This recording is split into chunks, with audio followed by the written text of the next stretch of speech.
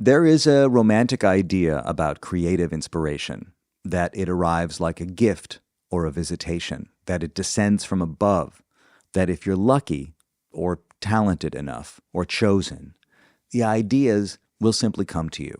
And when you're young, it can feel like that. Youth, it is said, is wasted on the young. But one thing the young are rarely short on is ideas. When you're starting out, inspiration seems endless. The well gives water, the wind keeps blowing, the fire keeps burning, the butter keeps churning. When we're young, what we lack in experience or rewards, we make up for in hunger. And the hunger itself seems to summon the work. But there comes that moment, probably for everyone, when the well begins to run dry, when the wind dies down, when the fire is reduced to embers, and when suddenly you cannot find a stick of butter to save your life. That is the moment when the artist is tested, when the romantic ideas stop working and inspiration, as a strategy, fails. My friend, the late writer Peter Straub, once told me on this podcast something that I've carried with me ever since. Inspiration is real, but it's earned. You don't wait for it, you work for it. You show up so that it knows where to find you. When motivation wanes, discipline takes its place. Magic is fleeting, labor is endless potential. Even the most naturally gifted artists, the one who seem to have unlimited access to the muse in their early years, will tell you the same thing. Eventually, it comes down to showing up. You look the work straight in the eyes and you say, I'm not going anywhere. But don't take my word for it. Ask Keren Ann. Welcome to The Third Story. I'm Leo Sidran. Keren Ann Zadel, known simply as Keren Ann, was born in Israel. She spent her early years in the Netherlands and then later moved to France. Her father was a Russian Jew, her mother Dutch-Javanese. From an early age, she had a sense of belonging to many worlds and of not fully belonging to any single one. So she grew up intensely aware that everything was changeable, from her location to her language. The flexibility that comes from growing up multilingual and multicultural served her work later on. Even before she picked up a guitar, it seemed clear, at least to her, that music would be a part of her story. She began writing songs as a young teenager, and by her mid-20s she was making her living as a professional songwriter, thanks in large part to an unexpected collaboration with the legendary singer Henri Salvador, who was in his 80s at the time. Keren Ann co-wrote many of Salvador's late-in-life songs, like the hit Jardin d'hiver, and helped to revive his career in its final chapter. Je voudrais du soleil vert, des dentelles et des théières, des photos de bord de mer, dans mon jardin d'hiver. Je voudrais de la lumière, comme en Nouvelle-Angleterre. Je veux changer d'atmosphère, dans mon jardin d'hiver. It was around that same time that she began releasing albums of her own. From her debut, La Biographie de Luka Philipsen, she showed a strong sense of herself as a writer, a singer, and a producer. The album was written entirely in French, but it nodded to the breadth of her influences, even in its title, which borrows from Suzanne Vega's song Luka and from her maternal grandmother's maiden name, Philipsen. The sound of the album was elegant and it felt vaguely European, but modern and raw in its own way, and it signaled an openness and a curiosity in Keren Ann. Rien d'autre qu'un arbre, une pomme et un peu de sable. By her second album, La Disparition, she was settling into a career in French, taking her place in the lineage of French pop and chanson singers like Françoise Hardy. Tombe les nuits à la lueur de bougies qui fondent et que la lumière soit.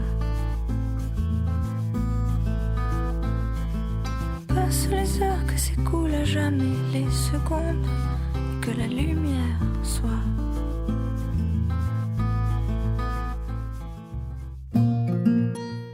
And then with her third album, Not Going Anywhere, Keren Ann pivoted into a stretch of nearly 15 years of making records entirely in English, with the occasional French song woven in.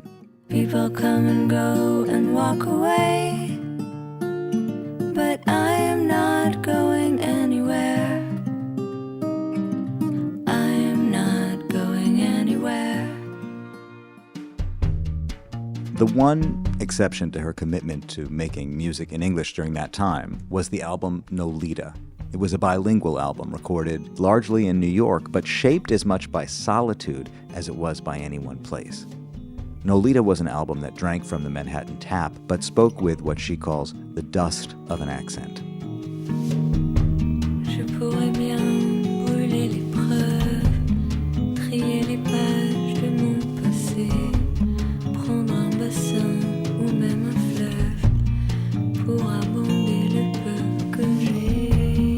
Alongside her solo career, Keren Ann's reputation as a collaborator grew. Her songs have been performed by the likes of Iggy Pop and Jane Birkin, and she's worked with collaborators ranging from David Byrne and Questlove to the Icelandic musician Barði Jóhannsson, who she formed a duo with called Lady and Bird. But she's not afraid to die.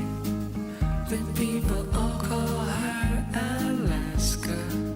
Between worlds, all the people ask her, 'cause it's all in her mind.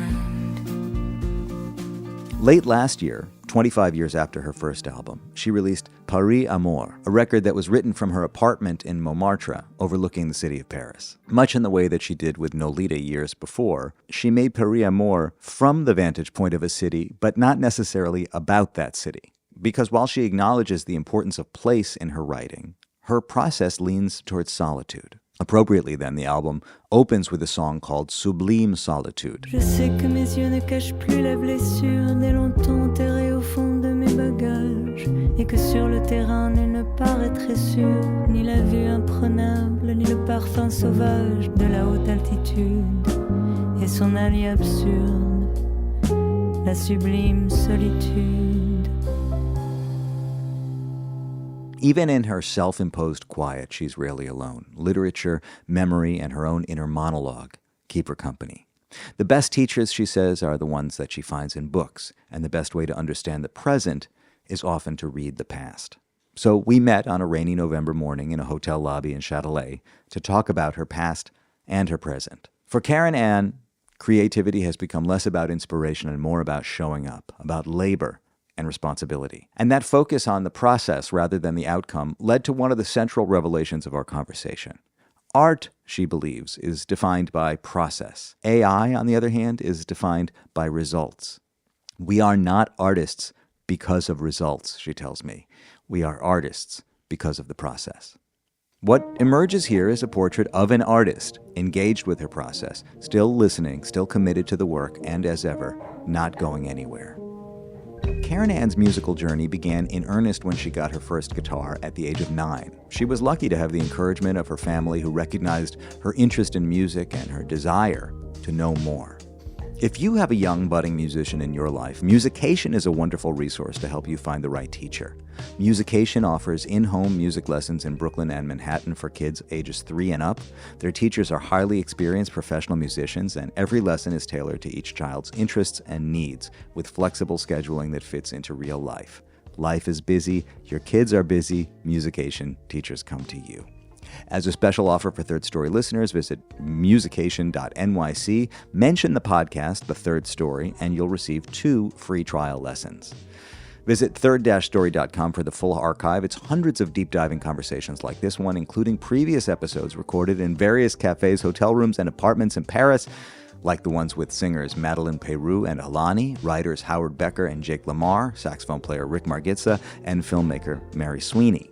Check out my Substack for the latest writings and musings. Join the mailing list there as well to get all the updates and support the project if you can. It's leosidran.substack.com. And remember, we're made in partnership with WBGO Studios. Visit wbgo.org/studios for more of their award-winning content. Here's me and Keren Ann talking it down.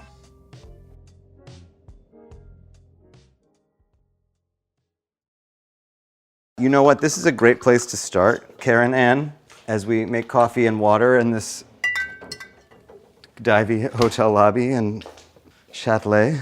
I need to share with you something that as I was looking through my email yesterday for confirmation of what time we were meeting, whatever, I found an email that I sent through your website in 2014 when I started this podcast. Oh, wow. And I had a short list of people that I hoped that I would get to talk to for this project. but only to say that I found buried deep in my emails from over a decade ago. So you were born in Israel, you're also sort of Dutch. You could claim a lot of identities if you wanted to. Yes, I do. I feel a belonging to many places. Yeah.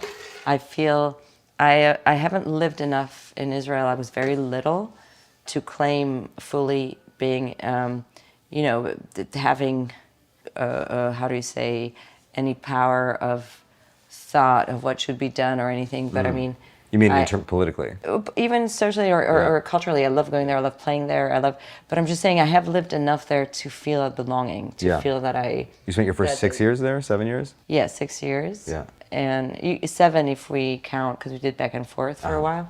I did live there enough to understand how much this place has to give and everything in terms of the history, the land, the place in the Middle East, and what the Middle East could look like. It attached me to a territory, the whole Middle East, everything, because it comes with so much culture, whether it's Lebanese or Syrian or Jordanian or Iranian, or right, that like Israel is full of that, from all the people who came from different countries from the Middle East and from Eastern Europe and gathered.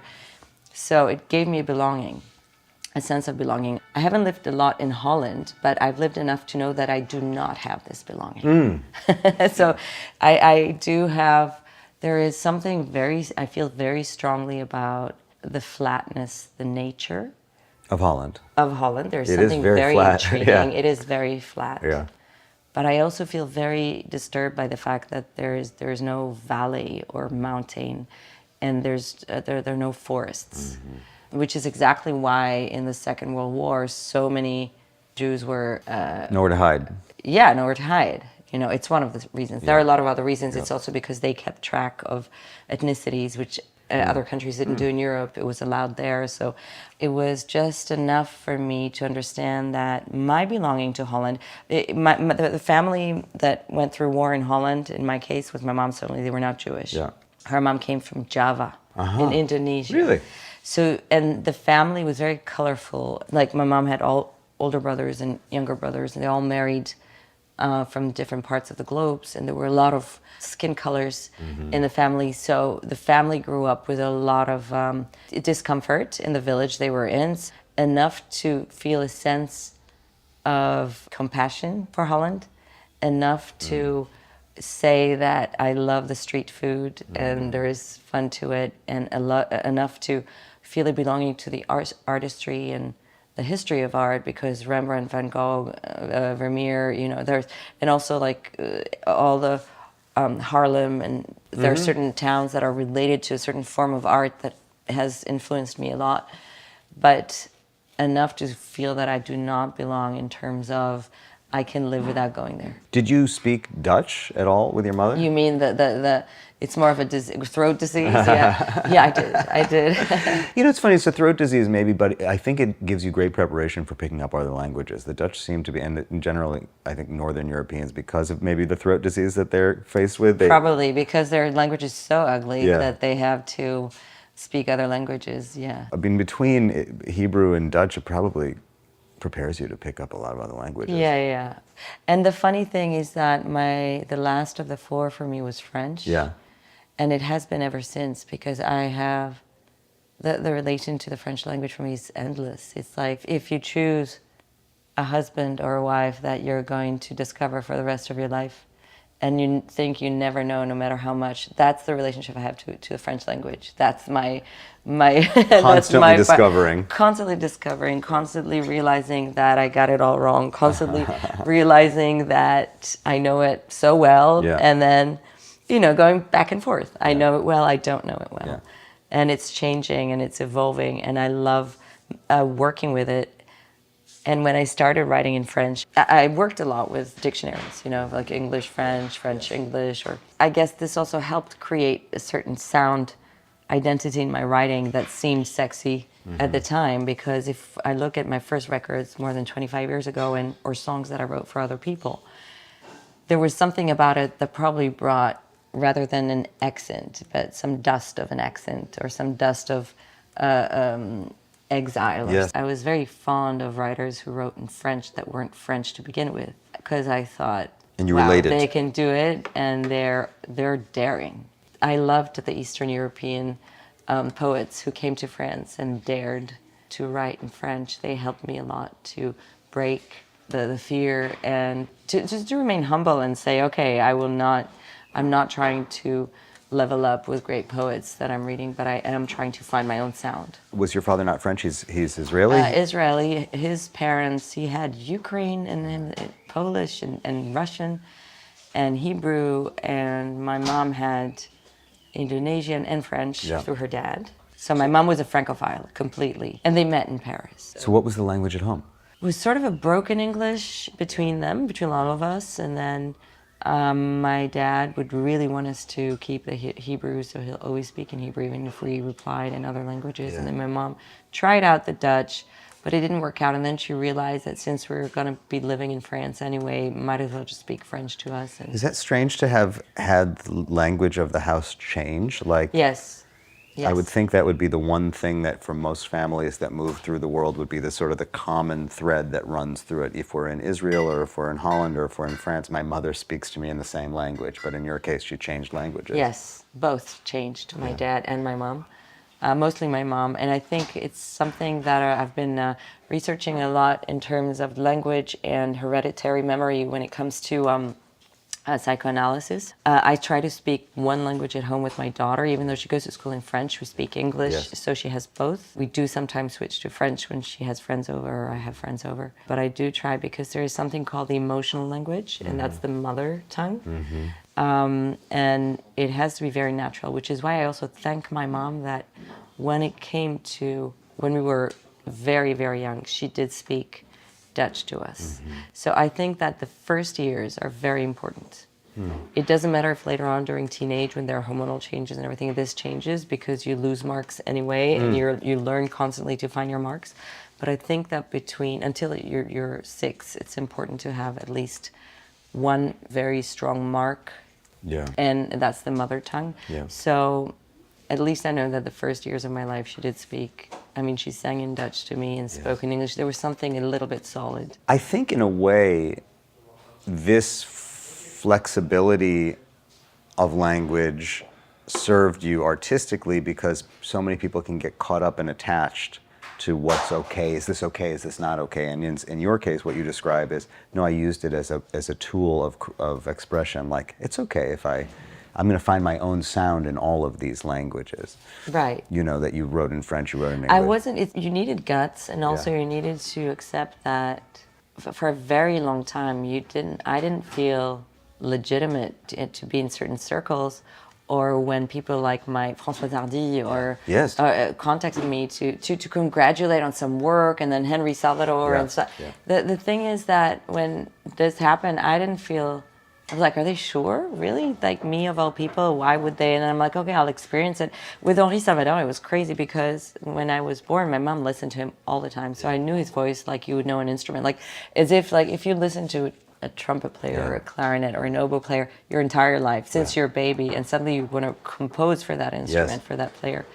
That's what happened with Henri Salvador, because his voice was so familiar. And I felt like, wow, I get to make this instrument malleable into my vision, and it sounds very pretentious like this, but it was actually very intuitive, and I was excited like somebody was taking me to Disneyland. It's like writing fan fiction. It's like if somebody asked you to write your own fan fiction Harry Potter or something, and it's like, I know this story, I know these characters, I know this voice, I know how to write for this voice. Yeah, exactly. I know this voice. I know why it touched me. I know which songs of this voice made me feel that that came to take me, because he had such a big repertoire already, but there were a certain amount of songs that I knew why I loved them more than others.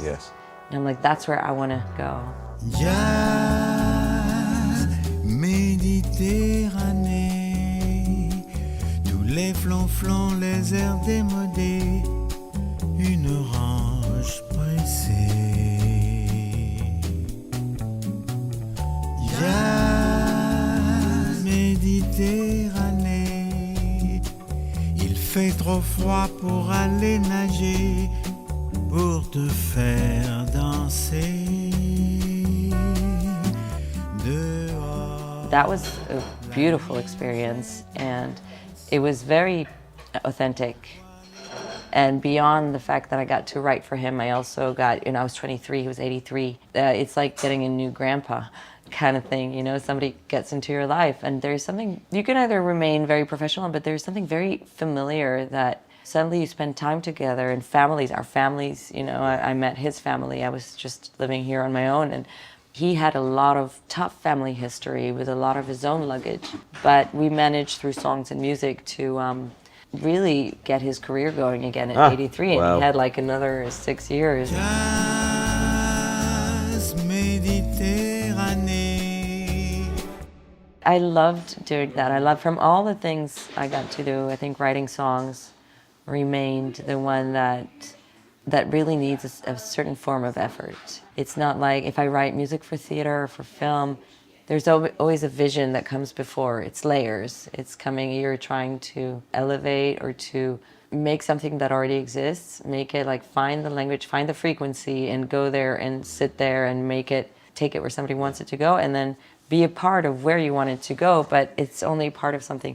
But when you write songs, there's like air, and it's not like a poem where it has to be in your head, because a poem changes if somebody reads it out loud, So if you read a poem in your head, it has a form, it has a shape, it has a frequency. A song is a sound already. Like there is the harmony, there's the notes, the rhyme, like there's so many details that I think it's very satisfying. That's the one thing that I'm glad is that in my profession, because I feel that until a few years ago, I had so much motivation to work on things and to do things and to read and to visit and to travel and to be a mom and everything. And then I think at some point it shifts. It becomes discipline. Mm-hmm. I don't know if you've lived through it. For me, it was a very big change. The fact that motivation no longer works. It's just discipline, and then the desire comes with discipline. I think that's a big change. Yeah, that is so interesting. I mean, what I do feel is that talent, I think, is actually a byproduct of desire. Like, I think some people are born with some natural ability or some affinity, that talent is real, but without desire, exactly, it really doesn't matter. And you can have a lot of desire and not a lot of natural ability, and you'll get there. That's, I think, the artists that actually manage to do what they love their entire life is also because of desire. Absolutely. But you're saying when you lose desire, then you need discipline. No, when you lose motivation. Yes. Writing songs, I never lost the desire to write songs. Yeah. I know today that in order to be inside this desire and to constantly feed it, it needs discipline. Mm-hmm. It's also organization, because I think that you can't pollute your ears with things that do not satisfy you. Interesting. I can't, if I listen to something and there is no satisfaction and I feel that it's inauthentic or anything, I feel that I don't have space, like mind space for it. So I need to reset with something that I love. So did you recognize in yourself early on? Did people around you recognize in you? Did your parents recognize that you had a thing, that you were talented? It was sort of obvious that I'll do something that has to do with music. From what age? Very young. Yeah. Even before I could pick up a guitar. Because you sang? Because I was very much into listening to records and dissociating piano from drums and bass and trying to understand who played this, and that's the bass player who played there. Really? Something is more like in terms of production. At the time, when a record we loved was released, we would listen to it on and read the credits and get into the life and the head and the... With your parents? No, as teenagers. With your friends? No, on my own. On your own. We here at Keren Ann. Yeah, I remember Tapestry. Yeah. Like just dissociating the instruments, understanding that in the same room there's a piano, there are drums. It was magical for me. It was insane. I loved writing songs. Yeah. I picked up a guitar pretty early, so I was 9 when I picked up a guitar. And that's where I literally started trying out bits and pieces and writing songs. And that's more or less when you came to Paris? Yes. I picked it up in Holland and we got here. Yeah, so it goes along with me being here. Yeah. Do you have siblings? Yes, I have a brother and a sister. They're older. Much older? My sister is 8 years older and my brother is 7 years older.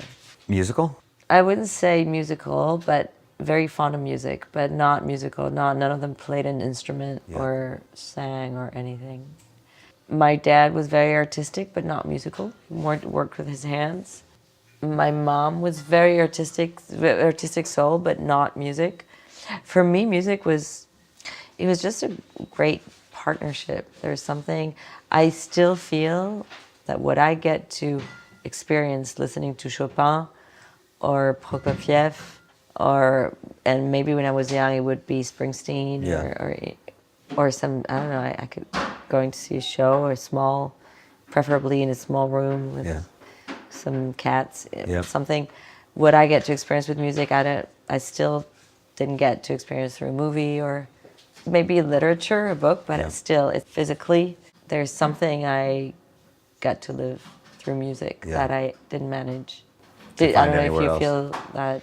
I can't decide, you know? I mean, the creative impulse was very strong, and if it wasn't music, I know that I would be in some sort of creative sense of a self-expression and craft and all of that. Even doing these interviews, I've learned that it actually sort of scratches a very similar itch for me of connecting with people and making something and continuing to create constantly. So I don't know. Because I feel that I have this excuse because I love to draw and paint, but I'm so bad at it that I don't have any responsibilities. So it's just a fun thing to do. But that thing about responsibility is interesting. Did you feel that you had a responsibility to your Before talent? I even had anyone, I had a responsibility to write things that seemed good enough. Yeah. Then I had a responsibility to understand that good enough is not good enough. It has to be really good. I feel that in your work, and I do think you started out with a real strong sensibility of this has to be great.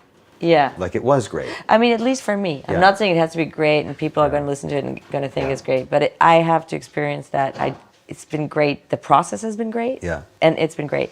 And again, I think it is great for me because of the process. Yeah. Do you suffer in the process? I'm concentrated. I don't know if you call it suffering, but when I was young, I thought it was suffering. Yeah. I don't think so anymore. I think it's a privilege today. Well, and as you said before, like, you know, we maybe confuse it with sadness, like solitude. I can get very low. Yeah. I can get very down Yeah. when I'm concentrated. But I think it's if you look at the scientific aspect of what happens in your body when you're concentrated and you're very focused and there's labor, and also what decrease, like how the hormones work when you do that. There is a very good scientific explanation to what you're going through as a young person, and then when you're older, when you create, and also why it doesn't trigger as easily when you're older. So there is something scientifically proven or hormonal that is going on. So some people can call it suffering, but I think it's a privilege. I want to say something to you that I was thinking about as I was listening through as much as I could before we spoke, because you have so much work. I feel a lot of discovery and searching in your work, going back 10 records in 25 years, but I don't know that I would use the word development in the sense that I think you were very developed. I think there was a lot early on that was there and continues to be there. Like your writing was extremely strong early on, and I just hear you playing in the same sandbox for 25 years. Like you had a very strong sense of yourself, it seems to me, all the way going back. I feel that, first of all, thank you. It's always so nice to hear, even though it's something that I'm incapable to recognize, because sometimes I'm unable to listen to earlier work. You know, you have those moments in life. I can play the songs live with the voice of today. But when you hear that voice? Well, it's not that I dislike it. It's just that certain recordings, I feel that I was probably so scared to, you know how in New Orleans they say that you only become a singer after 40. I understand what that means because I think that there is a certain state of mind as a musician after a certain age where it doesn't matter if you feel legitimate or not, you do what you do. Yes. You agree? So much. Regardless of whatever your own hang-ups are or insecurities or whatever, it's undeniable that you've been doing this. This is what you've been living from. This is what you've been doing. You have this experience that carries you through. Right. That's my feeling of it. Yeah. So you just do it. You do it if you have a little bit of cold and your breath is not as fluid. You do it. And you do it. You do it if I know that I'm working on a project and somebody booked a studio from 9 till 5, You go. I go. That's where I have to be creative. That's where I have to be able to come up with something amazing. Yes. For that moment. And if the bass player cancels and I can't find a bass replacement, I'll have to either play the bass or program it or play it on the Moog or find a solution and make sure that this situation has traced what we're doing today, because that's what we do. We're recording. Yes. It's sort of like getting a witness of something. A document. Yeah, we're documenting a moment. Yeah, exactly. So the moment has to be good. Yeah. And we can't provoke a good moment, but we can be in it and do it, because we have to do it. But as you say, so looking back, it's harder for you to hear yourself. And I can hear myself, but it's harder for me because I remember that I was always very much into the craft of sound and everything. It was all very, very true and very authentic. But I can also hear that at some point, I didn't feel legitimate in terms of my vocals, that I felt there are so many good singers out there. What am I doing singing? And do people ever say to you, "Oh, you were so important to me. You were such an influence for me. You helped me find my voice"? Or have people said that to you? Yes, absolutely. Yeah, and I always found it strange. Yeah. But I mean, today I feel very much like a singer. I mean, even though sometimes my voice is very tired, the live experience was always very real and authentic. Yeah.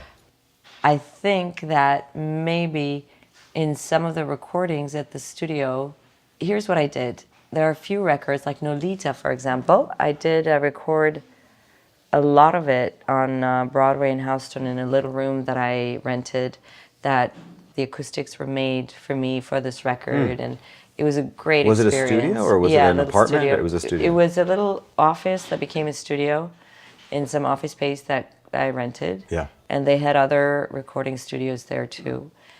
And the beauty of the place is that I could meet people at a gig or at a jam session and go back to the place and record. And Nolita has tons of solists that actually I met in an elevator, or there was something very magical about it. And I feel that I was very confident in the crafting of this record. I felt it was my 4th record.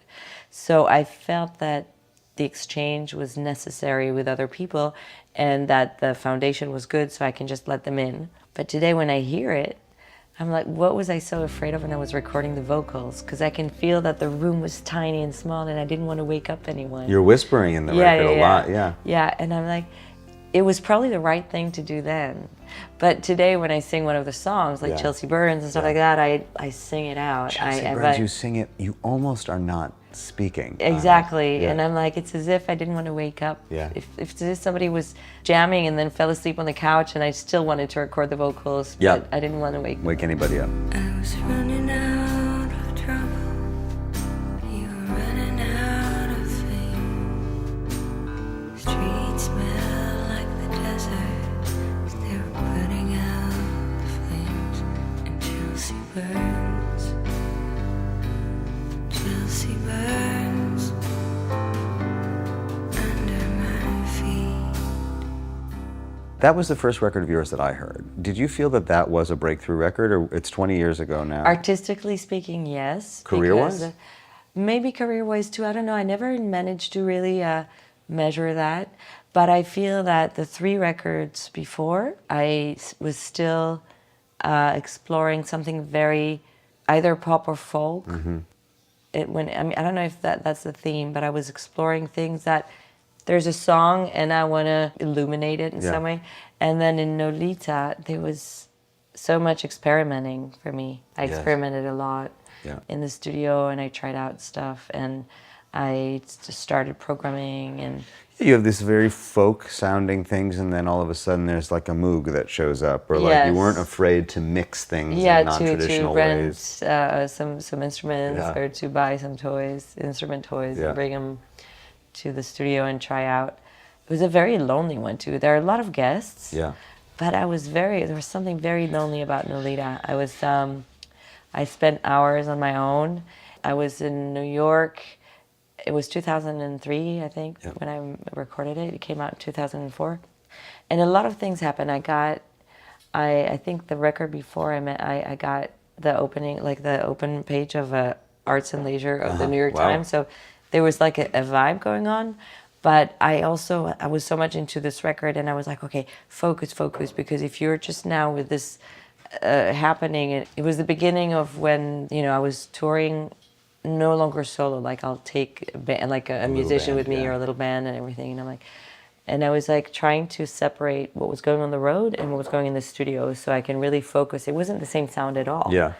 I was on the road playing songs from Not Going Anywhere, from other records, and then suddenly I was in the studio going to a different soundscape. Yeah. So it was very confusing, and there was something very lonely about it because I had to stay focused, but I was also young and I wanted to enjoy the rock and roll moment, and New York can give you that. But there is a price with it. There is like something that at the end of the day, I could like, between shows and between gigs, I'd stay sometimes for 3 days just on my own in the studio, and I'll go home to shower and...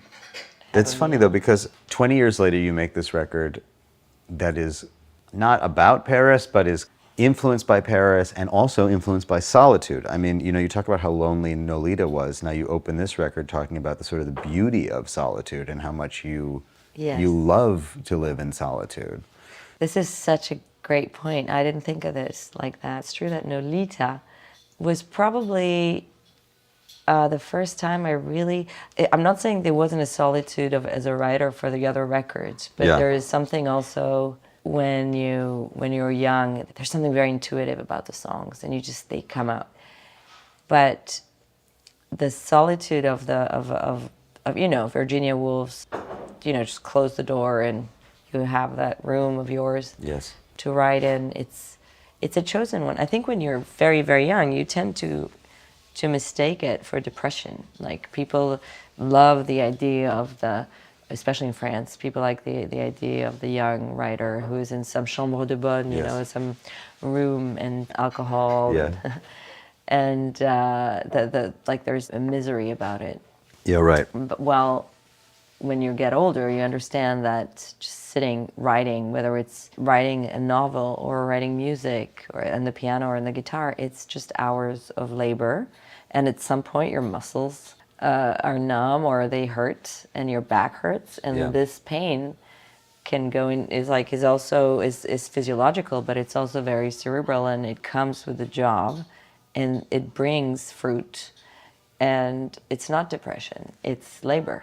It's long hours of work. I mean, I hear you coming back to that again and again, that what did you say before? When the momentum goes away, then the work comes. Exactly. That it's a job. It is. Right, and maybe the sort of the youthful exuberance and idealism of being a young artist gets you through for a while, and at a certain point, and also then you have a child, and you have a life, and you have responsibility, and you get comfortable, and and you think, do I really want to do this work? That's when the discipline shows up. Yeah, that's when the discipline shows up, and that's where I remember also a shift with 101 when I wrote All the Beautiful Girls, and I thought about the situation of being a New Yorker and being an artist, and what is it we need? Do we need recognition, or do we need space to write? Or do we need a healthy living so we can write longer? Or do we need drinks and pills so we can write deeper? What's the right thing? And then you realize that you need nothing. 10 commandments, 9 moons of Jupiter, 8 individual resurrections, 7 days of creation, 6 sections of repetition, 5 books of Moses, 4 mothers, 3 fathers, 2 tablets of stone, 1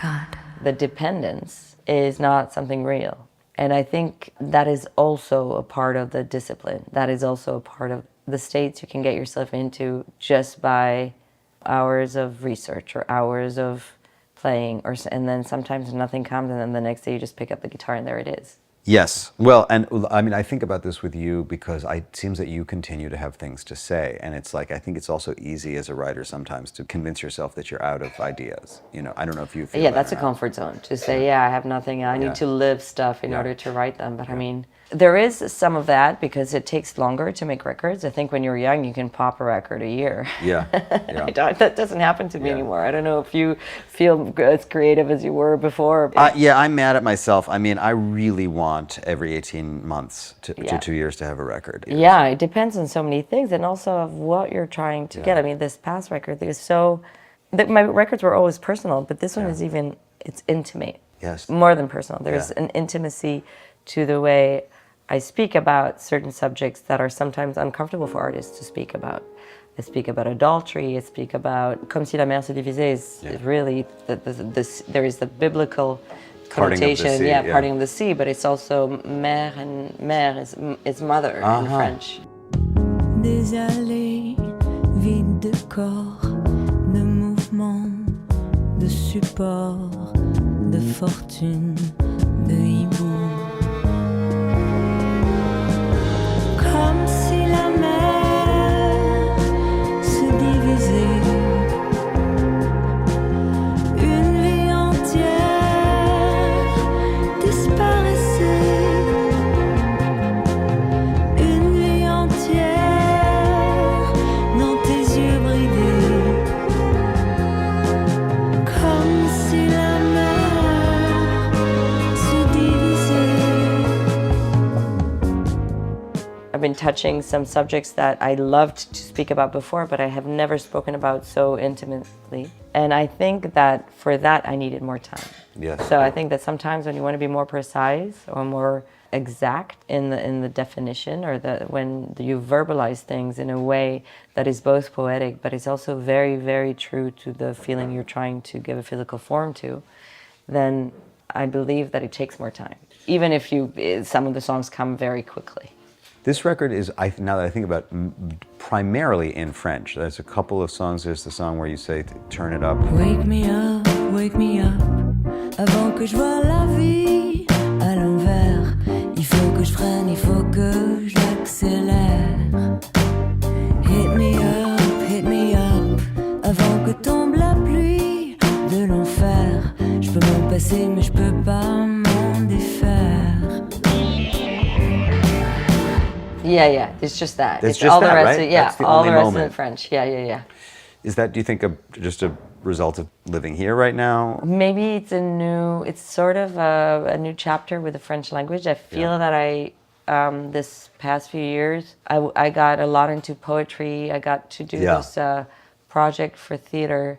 It took more of me because I also had a poetry. I looked into translators and then I got interested in translators in general because I like to read a lot of things that are translated from Yiddish. And there were a few new translators that have retranslated works of Barði Jóhannsson or his brother, Joshua Israel Singer, to French. I saw this translation, I bumped onto one, and then I saw that it was a new translation. So I looked at the other things that I've read in English before, and I found that translation to be really, really good. Yeah. I kind of reread classics in French, and I'm like, wow, I wonder if I had read them in French at the time, because these are all translations. Yeah. At the time, I read the translation to English. I wonder what sort of person it would have, would it change who I am? Because literature has, is a big part of choices I made, I think, and Artistic choices or personal choices? Artistic choices for words and for, aesthetics in art. The French gave me other things, like other choices of atmosphere, of scent and frequency. I think I felt like this was a time to explore more the French language as a writer, I feel, I don't speak enough French to have a strong opinion about it, but I'm still going to try. Because what I feel is that sound and meaning are tied in a beautiful way in your writing. Like, for example, I listened to the record first, and then I read some of the translations. Even like Barði Amour.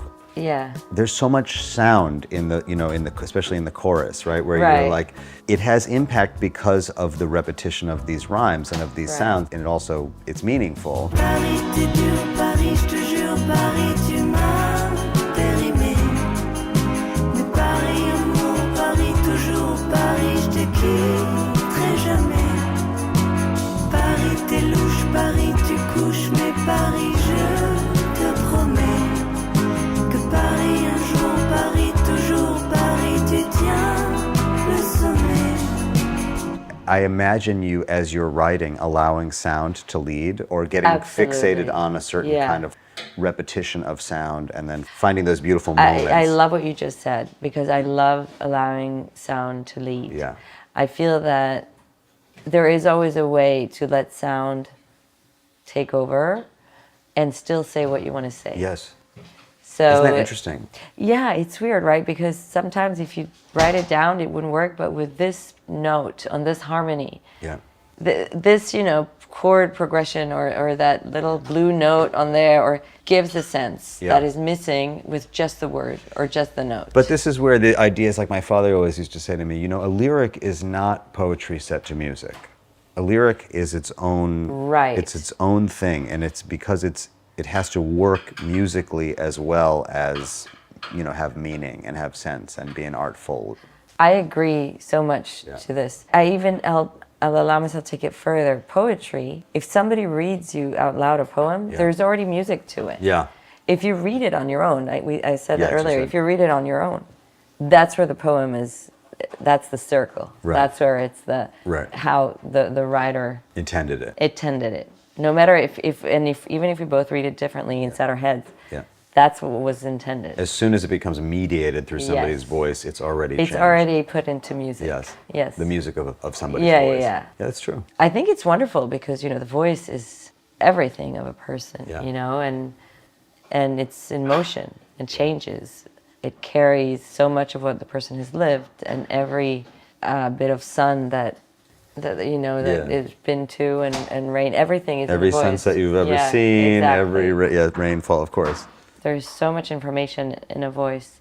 And this is also probably, if we go back to me criticizing my recordings, that's where I usually become indulgent and tell myself that I shouldn't be criticizing earlier recordings, because there is something very truthful about it's just the voice. There is no effort, like a sport or an athletic effort to bring the vocals out. I do it on stage, but in the recordings there was something that was just telling the story.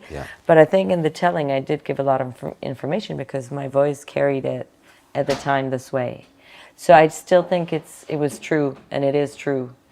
Even if it captures your insecurity, that insecurity was actually a part of who you were. Yes, absolutely. That was the document. Yeah. So the other piece of it, though, that comes forward, and to me, I thought a lot about Nolita and Paris est mort as these sort of, two poles, because they both communicate an importance of place in the work. Like Nolita was, just naming the record Nolita was to say, like, I've been in New York. This is this is a statement of New York, even if the whole record wasn't all about New York, or even if you're singing in French. There's a lot about Paris. There's a lot about Paris. Yeah. And Fenège, I even talk about Abbesse and everything. Right. But you also had Chelsea Burns, and you also and then here you have a record that's like devoted to Paris, although like you assert this is not a record about Paris. No, it's speaking to and from Paris, but about other places. There's a lot of water in the sea and seashores. And so how does where you are when you're writing affect or influence what you're writing? It's a very good question. It does a lot. It's a very big part of if you can't hear it in the song, I hear it in my head. There are songs that I remember. There's a song called "We're No Ending's End" on the eponymous record of 2007, and I wrote this in Mexico.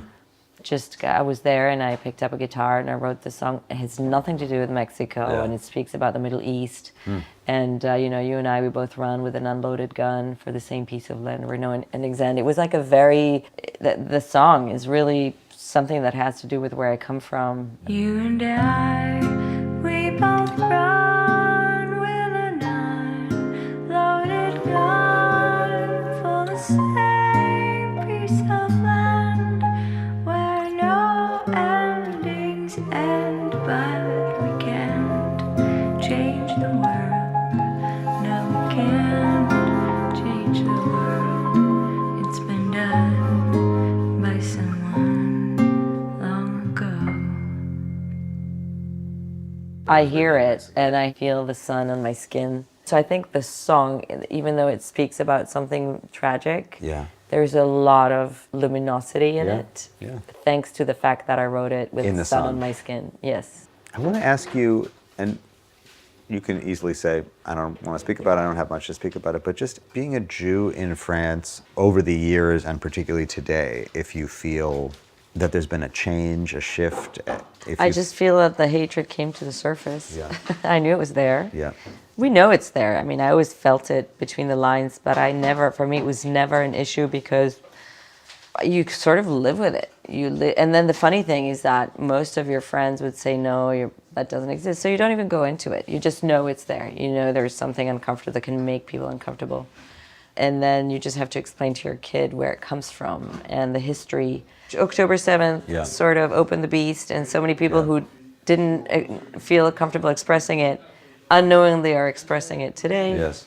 It's there. It's everywhere. I feel that I need to focus on creating good things. Yeah. On creating also a good environment for my family. Yeah. On having, and I do have great relationships, whether in friendship or in my family or at work. Yeah. And I feel that I'm doing that. So I don't think that, people can disagree with my opinions. I can disagree with it. It's fine. I don't mind. I can have I can have oysters with somebody I disagree with. That doesn't bother me. We don't need to agree. Yes. We don't need to give responsibility to people where they don't have it. That's interesting. Like, one of the things that I notice as a mostly secular Jew who grew up in the States is that we have a lot of options in terms of how we want to identify as Jews, and we can choose to be culturally more Jewish, or we can, that there are a lot of ways to be Jewish in the States. And I felt when I started spending time in Europe that I either found people who were like very religious, or who basically said, well, my family's Jewish, but I'm not really Jewish. That they didn't find a way because they were in the complexed between. to identify. Right. But I think this has changed in the past 2 years because you understood that if you're a little bit, there's no such thing being a little bit Jew. I think most of the Jewish on earth are secular. Yes, I mean, I think so too. I grew up, we weren't. I mean, but I love doing Shabbos with my friends and inviting not necessarily Jews, and then going to have, we have great tables, and I love anything that is traditional in the Jewish religion. I absolutely love, and it's also a book of tools. The Talmud and everything is tools of life. There is something very intuitive when it comes to survival and resilience, which is just in the DNA, I guess. I don't know.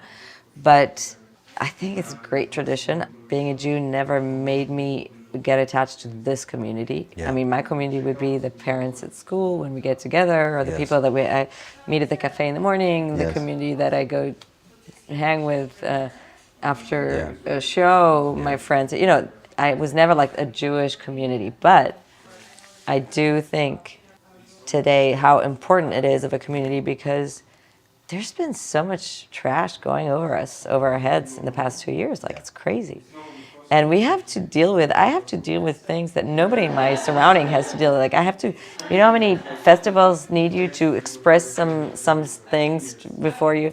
I'm not even getting into that. Fuck you if you don't want me there. It's fine, I mean, those Jews that you say that don't necessarily feel Jews and stuff, I don't need anybody to feel Jew. I just feel that those who need that they have to overdo it because they're Jewish, I think it's horrible. I don't get that. Those who overdo it, who never speak about Sudan and Congo, but they need to overspeak about Palestine, I think it's ridiculous. Yes. I just don't.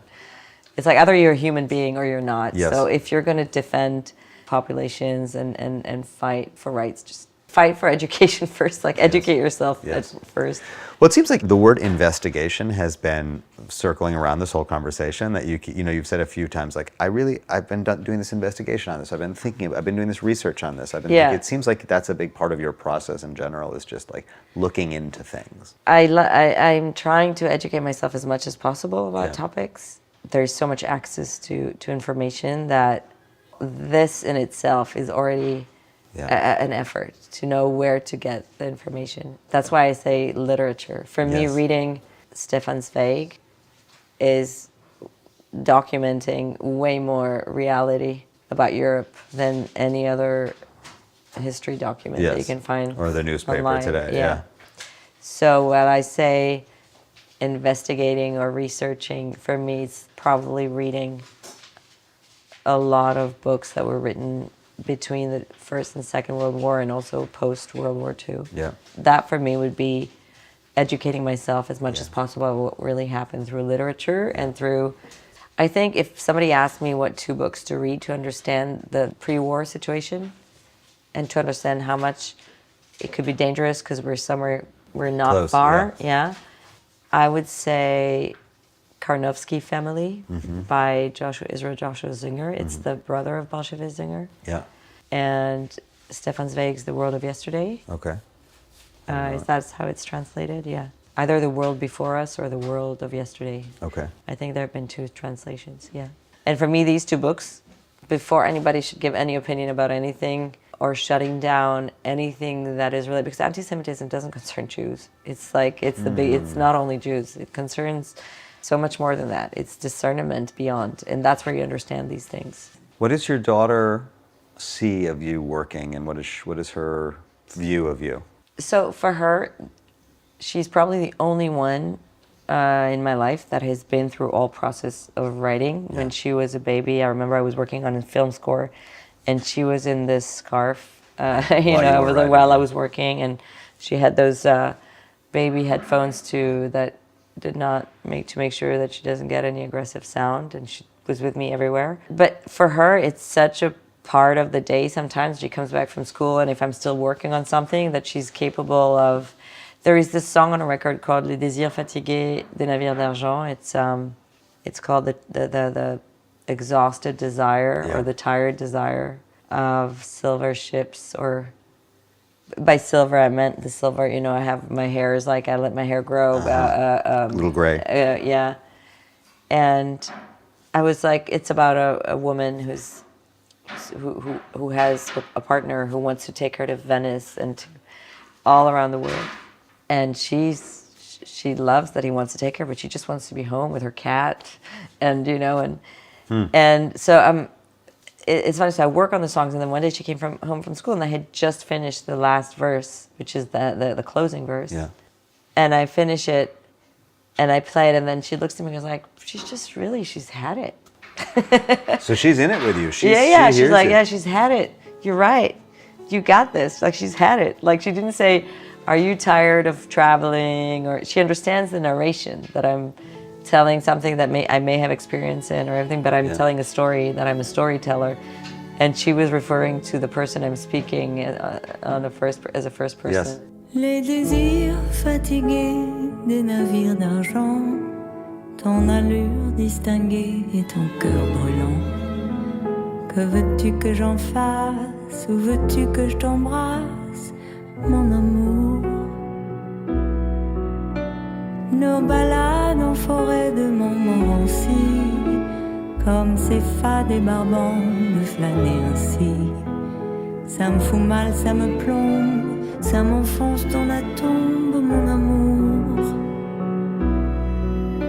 C'est sûrement romantique, la falaise volcanique, le cap vers l'Amérique, la banquise antarctique. Oui, je rêve de Venise, mais en toute franchise, préparer les valises, mon amour, ça m'épuise. But that's interesting that she understands that, something that I think probably a lot of people don't understand. I don't often understand with writers. I'm often questioning and then forcing myself to remember that it doesn't matter if the person telling the story lived this story or not, and if they're telling me something that is confessional, or if they're just telling a story, or some combination of those things. Yeah, who cares? As long as the emotion is lived. Yes. I mean, we've all had a broken heart. It doesn't matter how you explain it. Yes. I mean, I think that there are songs, like the song about infidelity called the Strange Experience of the Unequal, L'expérience étrange de l'inégal. I don't know if I would have been able to write it if I hadn't lived through it. But it doesn't matter if I lived it now, or when I was young, or when I've seen others live it and it reminded me, or when I understood the analysis of somebody who does that. I think it takes time to understand as a woman also that people make mistakes by fear of loss, and I always love to write from a point of view that is non-judgmental. For me, it's very important. Montre-moi cette chose invisible de l'autre côté de la porte. Je veux connaître la matière grise, les non-dits, les non-vus qui t'emportent. Chante-moi cet air inconnu, magnifiquement répétitif. Puisque moi tu m'as sans retouche, sans secret sur le vif. Have you spent time in therapy? Oh, I had a 15-year psychoanalysis when I was young, and then I stopped for about 6 years, and then I started another one. I'm a big fan of Freud, Lacan, Jung. I'm like, these are my great teachers. Because I think in a way like that's very helpful in terms of reaching a sense of non-judgment. I'm in therapy now, and I feel like that's a big part of it, is just understanding like you have to be able to see yourself and express yourself without the judgment of what you're feeling or what you know. It's harder when it's on yourself. Like, I mean, when you start therapy, you're managed to be non-judgmental towards others. Yeah. But it takes a very long time Yes. to be non-judgmental towards yourself. Towards yourself. Yes. So a friend of mine said that he saw an interview with you here in France where you said something like that you decided to make this record instead of buying a new car or something like that. The story I told was that I went to see my banker to get a loan to make this record. Yes. And he said, I thought you came to get a loan to get a country house. I see. Based on what you're asking for, it looks like you wanted to buy a house.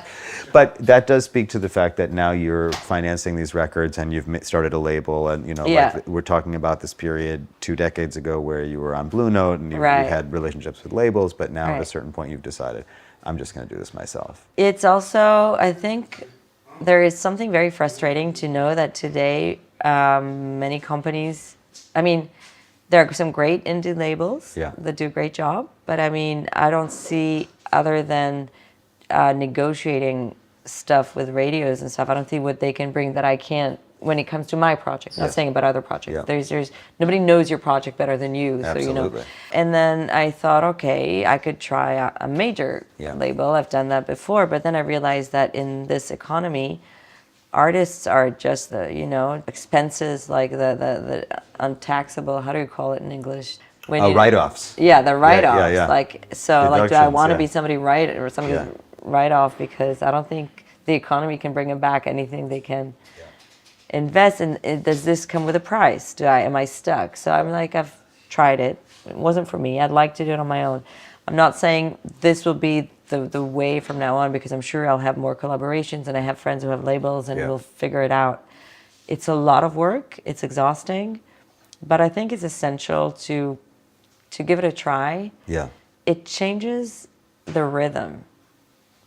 There is something when you release a record with a label, so many people are dependent on a schedule because they have this amount of time, this period of time to work on your record and press and radio and media, and then book the touring. It's a whole thing. And then they're going to have another record 2 months from now. And then another record and something, But when it's your own, I can decide that now for 2 years. That's all I do. I mean, I do need to make money, so I do work on film and theater, and I do shows and I tour. But I mean, I can work on promoting this record as long as I'd like, and take the time and not stress myself and lose my hair because I only have a window of 2 months to make it happen and say it's either in or out, That's so interesting, and actually it speaks to what we're doing right now, in the sense that, like, we first talked about this through your publicist when you were in New York a month ago. And I said, no, I'd rather do it when I'm in Paris, and I want to, especially this record, I want to talk to Keren Ann in Paris if I'm going to be there, And it was like, okay, that's cool, because the window of promotion of the record is wider. You're able to say, it's great, and then people will talk about it 2 months after the record came out. It's better, actually. Yeah, and I mean, a record has a life. I've been discovering records that I missed of some artists that I love. I don't know that somebody else would know how to work my record the way I want it to be But worked. then the question is, you also have the benefit of 25 years of career, having gone through all these label relationships and having established yourself so that you don't really have to explain who you are. You just have to talk about this project. Right. And so I often think, because I agree with you, I don't know what a label can do. I mean, a label really can't do anything for you until you've already built something, and I think like younger artists today are expected to build it through social media and through other ways, but like it seems like it's easier to do what you're doing, or at least you can maybe get further with it once you already have an established career. Yes, a daughter of a friend of mine who is now starting a career, and she's super talented, and she did an EP, and now she's working on another EP, and I was talking to her, and I'm like, why don't you work on an album for your next one? And she goes like, I don't know that I want to. And then I thought about it, and I'm like, she's right. You know, she says, for now, I just want to do EPs and look from the sound. I'll do an album when I have a better vision of... Yeah. It's cool. She can do it. She can still live with her mom and do it, you know. But then I realized that's great. I didn't have a choice because I needed to... I put everything in my records, and I had a day job. I mean, a day job. It was still in music. I was still making music and writing songs for other... No, I'm saying, but as a singer, it came pretty late. I was already making money of music, writing songs for people. I remember the first check I got after I wrote a hit. You know, it was Jardin d'hiver, and then suddenly, like, I could invite all my friends to have sushi. And sushi wasn't very common at the time in Europe, you know. So it was like, wow, that was insane. This doesn't happen today. Like, I can have a hit. Well, I still won't be able to invite everyone for sushi, maybe pizza, you know. So the economy is so different that they don't have that pressure. Anyway, it's very rare to be able to live off of it. So they don't have I know. Well, I noticed that too with streaming. Like, young people 10 years younger than me even are like not upset with the Spotify model because it's the only model that they ever knew. So they say, I don't know, what's the problem? It's like, it's okay. Yeah, but we know, like, if you, as a writer, it's hell. Like, where does the publishing goes? It's crazy. Yeah. And how do you feel about the world for your daughter? Are you optimistic for the world for your daughter? I think I've lived in the best period that could have been, and unfortunately I can't say that it's coming for her. I think that I have to make sure that she gets enough guidance when it comes to digital era. And how old is she? She's 13, and AI, and alas, I have to include that and bring it into her upbringing. So alas and not alas, because I'd rather she'd be educated about it, and I think it's already too late to try and change anything, and it's a part of everything. I still want her to enjoy the process of living. And this is my goal, that she enjoys to learn a new Chopin on the piano, that she enjoys a good meal, and that she enjoys making, creating, educating herself, that she enjoys academia when it comes to certain aspects, that I think it's a privilege to also study and get information. And I hope she's very artistic and she's a math head, but I was both too. So I guess it's, she'll need to make a choice, but whatever she chooses to do, I hope she enjoys the process of getting where she wants to get. That's the only thing I want to teach her. I want to make sure she enjoys the itinerary, because we don't know what's tomorrow kind of thing, you know, like we don't know how, it's really fast. Because I mean, the evolution is fast. You know, again, I think about what you described with your relationship with your daughter, you know, in general terms, it does feel sort of evocative of my relationship with my father. And one thing that he used to say to me, and really still says, is like, the work will never let you down. Focus on your work, the doing, do the work. I agree. The doing, the making, the for me, that's why I said she's both artistic and a math head, because she works with her hands, but she also likes to work to understand. I think she could be scientific if she wants to, but whatever she chooses, I want her to enjoy the process. But as you say, I want her, the process is the thing. Yes, because we get access to solutions now. You can type, I want this song. I want this sounding voice and these chords and this, and then it comes out of the machine. You know, I spoke earlier to you about desire and my sense of how important desire is to the process and to whatever talent is, or, you know. But actually, the reality is that, like, the difference between AI and us is that AI has no process. Like exactly. That's I always talk about this when people ask me about AI, and I love talking about this topic. The process. We're not artists because of the results. We're artists because of the process. Process, exactly. So The AI can't take the process away from Right. me. It can. It can give you the result. It can give you a result. If you want a result from an AI, Yeah. you can have it. But for me, Yeah. it's not taking anything away from me. Yes. It's not maybe salary, but I'll find it elsewhere. But I mean, it's not taking anything away from me. The process is still mine. Yes. That's wonderful. That's a wonderful insight, and I'm not sure that that's one that I have heard in that way yet, and that is very helpful. I get better off for doing like a talk or a master class in festivals than I do for a solo show. Totally. Yeah.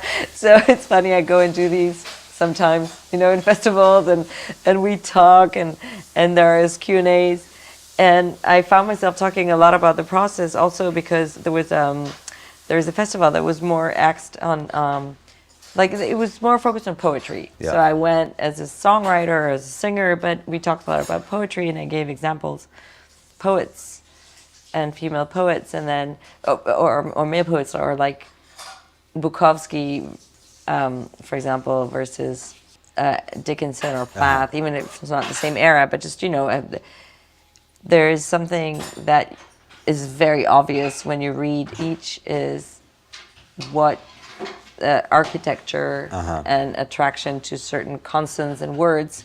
So if you analyze it, you see that there is something when you're a poet, you're some sort of an architect. There is some of that. Yeah, interesting. If you give an AI... A linguistic architect. Yeah, exactly.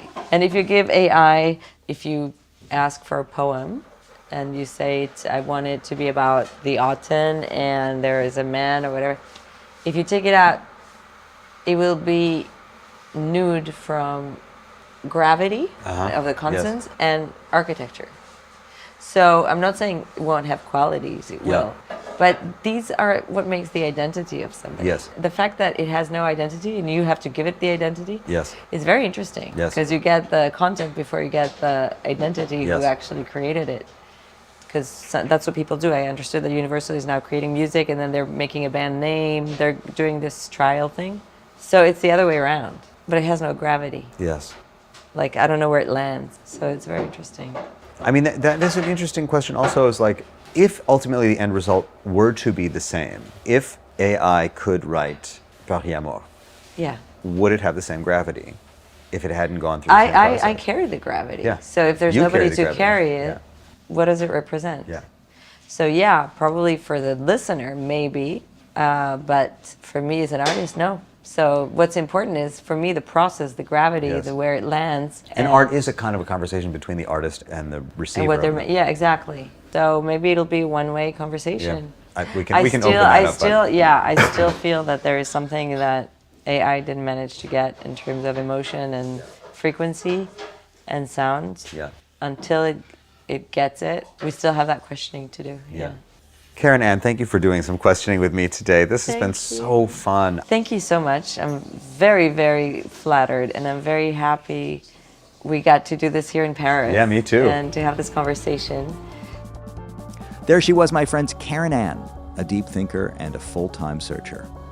The Third Story is produced, edited, and mixed by me, Leo Sidran. This week I had production help from Ray Long. I'll be back again in your headspace before you know it with another deep dive. Until then, I'll talk to you soon. This has been a WBGO Studios production.